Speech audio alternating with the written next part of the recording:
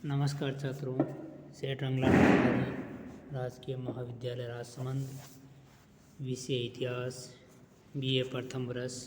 अपन पढ़ रहे थे मौर्य साम्राज्य। उसमें अशोक के बारे में आज अध्ययन करेंगे।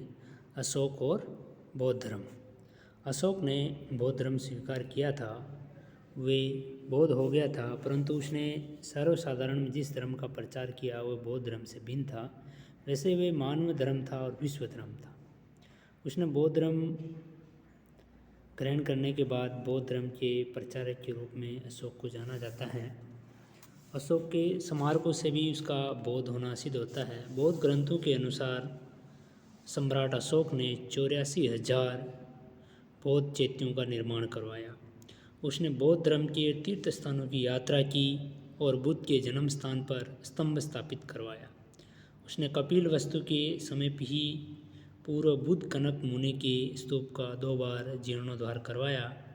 गिरनार, धौली, कालपी के शिलालेखों के नीचे हस्ती यानी हाथी का रेखांकन एवं लेख अशोक की बुद्ध के प्रति श्रद्धा एवं भक्ति को व्यक्त करते हैं, क्योंकि हाथी बुद्ध का प्रतीक स्वरूप था। पाटलिपुत्र की तृतीय बौद्ध संगीति और जीवन रक्षा के संबंध में किए गए प्रयत्न भी अशोक को बौद्ध सिद्ध करते हैं। अब अपन बौद्ध धर्म के प्रचारक के रूप में अशोक। सबसे पहले अपन देखते हैं धर्म यात्रा। अशोक के पूर्ववर्ती शासक बिंबिसार, अजातशत्रु प्राय विहार यात्रा या आखेट आदि के लिए जाया करते थे। अशोक ने अपने राज्याभिषेक के 10वें वर्ष बाद विहार यात्रा को बंद करवा दिया और उसके स्थान पर उसने धर्म यात्रा करना आरंभ किया। बौद्ध अनुश्रुति के अनुसार उसने उपगुप्त के साथ बौद्ध तीर्थ स्थानों की यात्रा की। उसके अभिलेखों से भी हमको जानकारी मिलती है कि अशोक ने महात्मा बुद्ध के जीवन से संबंधित जो महत्वपूर्ण स्थान रहे हैं, जैसे संबोधि, गया, लुम्बिनी, कपिल वस्तु, श्रावस्ती, कुश्ती नगर आदि की यात्राएं की थी। और अशोक का जो 8वां शिलालेख है उसके अनुसार इन धर्म यात्राओं की 3 मुख्य विशेषताएं थी। पहली विशेषता यह थी कि ब्राह्मणों और शर्मणों के दर्शन करना और उन्हें दान देना। दूसरी थी सतवीरों के दर्शन करना और उन्हें स्वर्ण देना। तीसरा है जनपदों के मनुष्यों के दर्शन, उनके साथ धर्म वार्ता करना तथा अनेक धर्मों के जो प्रश्न हैं, गूढ़ प्रश्न, उनके उत्तर देना। उसके बाद देखते हैं सैनिक विजयों का प्रीत्या। कलिंग युद्ध के बाद सम्राट अशोक ने हमेशा के लिए अपनी युद्ध जो नीति थी उसको छोड़ दिया, यानी युद्ध करने पर उसने प्रतिबंध लगा दिया। मैं अब कभी कलिंग युद्ध के बाद उसमें युद्ध नहीं करेगा।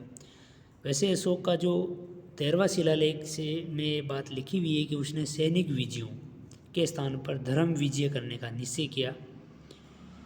उसके राज्य में बेरी घोष, युद्ध घोष के स्थान पर धर्म घोष रहा था। ये पहले कहा जा चुका है। अपन ने माना है कि कलिंग युद्ध के बाद अशोक के हृदय परिवर्तन और बौद्ध धर्म ग्रहण करने का एक मुख्य कारण अवश्य था, क्योंकि इस कलिंग युद्ध में बहुत सारे लोगों के मौतों घाट उतार दिया गया था, बहुत लोग घायल हो गए थे, जिससे अशोक का हृदय परिवर्तन हो गया और उन्होंने बौद्ध धर्म ग्रहण कर लिया।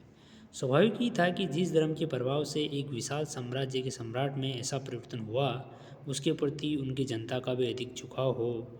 ऐसी स्थिति में अशोक की सैनिक विजयों के परित्याग की नीति ने बौद्ध धर्म के प्रसार में स्वाभाविक रूप से सहायता की।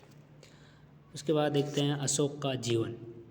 अशोक ने अपनी जनता का मार्गदर्शन करने के लिए अपने विशाल साम्राज्य की अतुल्य समृद्धि का परित्याग कर एक साधारण भिक्षु दृश्य जीवन व्यतीत करना प्रारंभ किया। अशोक ने यज्ञों को, जिनमें बहुत सारे पशुओं का वध होता था, बंद करवा दिया। भोजन आदि बनाने में भी पशुओं का वध बंद करवा दिया। स्वयं उसकी पाकशाला में जहाँ हजारों पशुओं की हत्याएं होती थी, उनको बंद करवा दिया। केवल 2-3 पशुओं को मारने का आदेश हुआ है। कालांतर में ये भी धीरे धीरे बंद कर दिया गया है। सम्राट अशोक का आचरण जनता के लिए प्रेरणा बना और बहुत से लोग बौद्ध धर्म में दीक्षित होने लगे और अशोक के उपदेशों का यथावत पालन करने लगे। दिव्य रूपों का प्रदर्शन। अशोक ने मनुष्यों को विमान दर्शन, हस्ती दर्शन, अग्निशकंद आदि दिव्य रूपों का दर्शन करवाया। इन दिव्य झांकियों को देखकर निसी लोगों के मन में स्वर्ग प्राप्ति की इच्छा उत्पन्न हुई और इसके लिए उन्होंने सबसे सरल मार्ग बौद्ध धर्म का अनुसरण करना शुरू किया। अशोक के इस कदम से बौद्ध धर्म का प्रचार प्रसार बहुत ही बढ़ गया था। अब देखते हैं धर्म अनुशासन। धर्मानुशासन अशोक ने अपने धर्म के अनुशासन के लोगों को जानकारी देने के लिए उसे प्रकाशित करवाया और अपने पदाधिकारियों को आदेश दिया कि वे इसका प्रचार करेंगे। धर्म महामात्र की नियुक्ति। अशोक ने अपने अधिकारियों को धर्म का प्रचार प्रसार करने का आदेश दे दिया था, परंतु उसका प्रचार कार्य से उसे संतोष नहीं हुआ और उसके लिए उसने पृथक अधिकारियों को नियुक्त किया जो धर्म मात्र कहलाए। इनकी नियुक्ति अशोक के राज्याभिषेक के 13वें वर्ष में की गई थी। ये सब धर्मों के लिए नियुक्त किए गए थे। इनका मुख्य काम धर्म की स्थापना करना, धर्म की देखरेख करना, धर्म की वृद्धि, धर्मानुसार आचरण करने वाले लोगों के सुख एवं हित का ध्यान रखना। इसमें कोई संदेह नहीं कि धर्म प्रचार में इन महामात्रों का सहयोग काफ़ी महत्वपूर्ण सिद्ध हुआ था।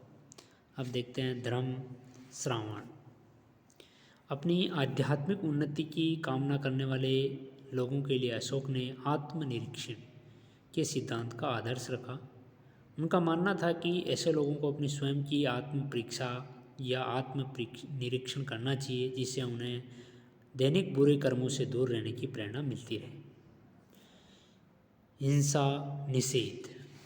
बौद्ध धर्म स्वीकार कर लेने के बाद अहिंसा अशोक के धर्म का मूल मंत्र बन गया था।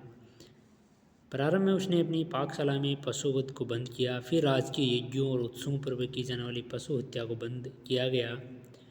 अनेक पशु पक्षियों के वध या कायाक्लेश को दंडनीय घोषित कर दिया गया था। अब उसके संपूर्ण साम्राज्य में कोई भी व्यक्ति उन पशु पक्षियों की हत्या नहीं कर सकता। शायद यह घोषणा उसके अभिषेक के यानी कि राज्याभिषेक के 26वें वर्ष में की गई थी। धार्मिक अभिलेख। अशोक ने अपने धर्म प्रचार के लिए चट्टानों, पत्थर के स्तंभों और गुफाओं के बाहर धर्म के सिद्धांतों तथा उपदेशों को खुदवाया, जिससे कि जनसाधारण को धार्मिक संदेशों की जानकारी आसानी से मिल सके। पाली भाषा का प्रयोग।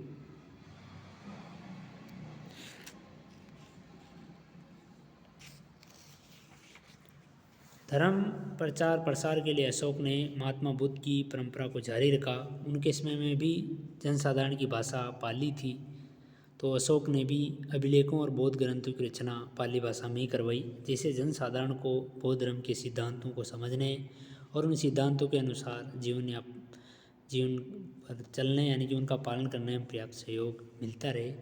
तृतीय बौद्ध संगति।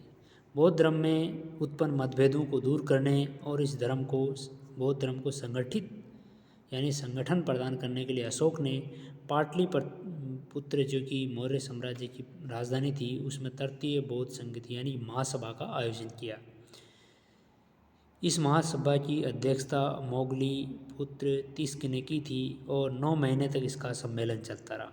इस महासभा में बौद्ध धर्म ग्रंथों में संशोधन, मतभेदों के निवारण, बौद्ध संघ में उत्पन्न दोषों का निवारण किया गया।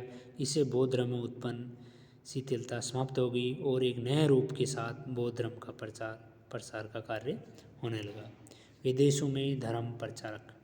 तृतीय बौद्ध संगति के अंत में यह तय किया गया कि बड़े बड़े बौद्ध भिक्षु भारत के विभिन्न भागों और उसके बाहर भी जहाँ अभी तक बौद्ध धर्म नहीं फैला हो जाए और वहाँ पर बौद्ध धर्म का प्रचार प्रसार करें। विदेशों और भारत के विभिन्न भागों में बौद्ध धर्म के प्रचार कार्य की पुष्टि साहित्यिक एवं अभिलेखों से भी प्रमाणिक होती है।